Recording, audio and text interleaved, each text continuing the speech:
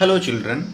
In the second leg of our discussion, we are going to discuss the expansion of the Delhi Sultanate. Let's see what we are seeing in it. In the first set of military campaigns, the Sultans focused on internal frontiers so that the hinterlands of the garrison towns were controlled. What was to be done in this? The internal frontiers. They focused on the internal frontiers so that the hinterlands of the garrison towns were controlled.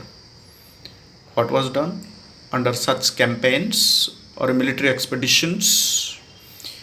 In the Ganga Yamuna Doab region, forests were cleared. Over there, hunter-gatherers and the pastoralists were there. Pastoralists are the people, those who graze their animals, cattle, goats, sheep, buffaloes. Okay, these people are called pastoralists. So the hunter-gatherers and the pastoralists, they were thrown out, and the peasants were given the land to do farming, cultivation. New fortresses, new fortresses and towns were also made. Okay. Second set of expansion happened along the external frontier of the Sultanate. During this time, we can find the rulers during this time of expansion, second set I am talking about, Sultans like Alauddin Khalji and Muhammad bin Tughlaq, they took out military expeditions to southern India, okay, and over there, after defeating a number of southern Indian territories, South Indian territories, they took away with them horses, elephants and slaves. All these were captured and brought to Delhi. That means, to a great extent, they were successful in their expedition while they invaded a number of territories in South India. Clear?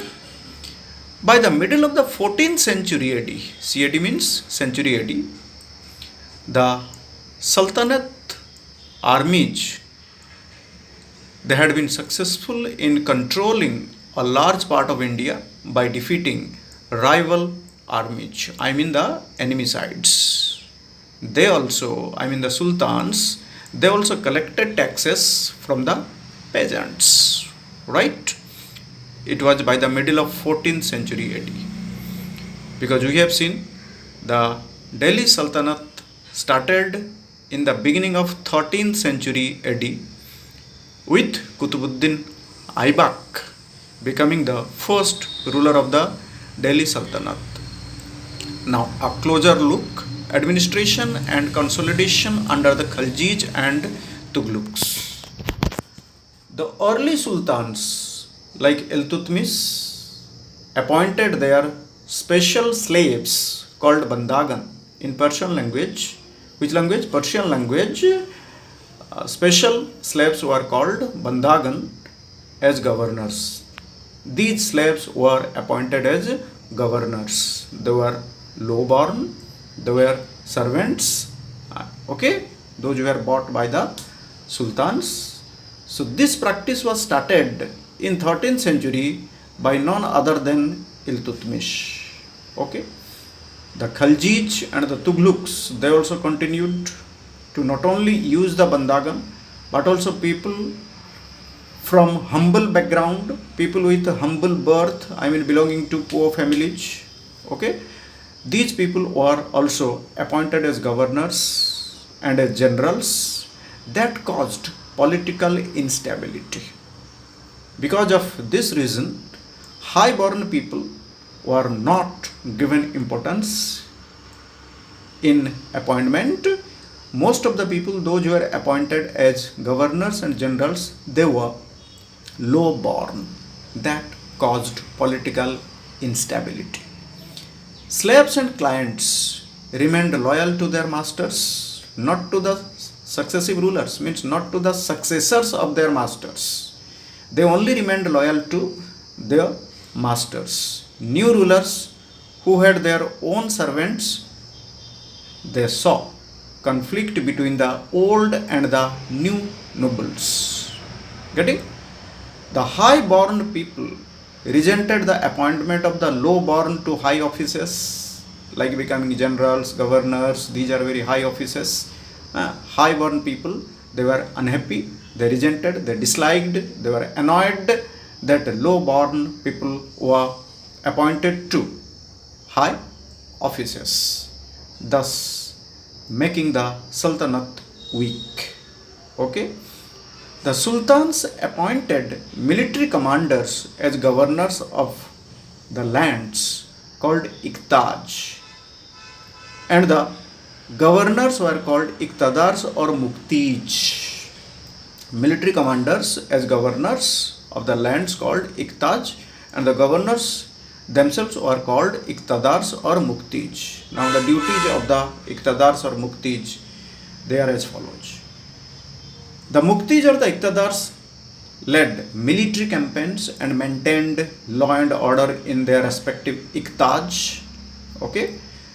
Second point, they collected revenues from peasants as their salary. Third, they also paid their soldiers from the revenues collected by them. Got or not? During the time of Alauddin Khalji and Muhammad Tughlaq, post of Mukti was not a hereditary one. That means an Iqta could be shifted from one Iqtadar or governor or one Mukti to the other. That means it was not hereditary, means the Iqtadar's son could not become the Iqtadar. Got or not? Okay? It was not hereditary.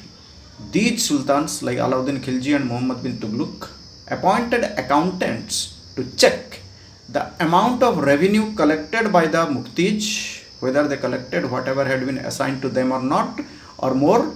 So for that, accountants had been appointed by these sultans.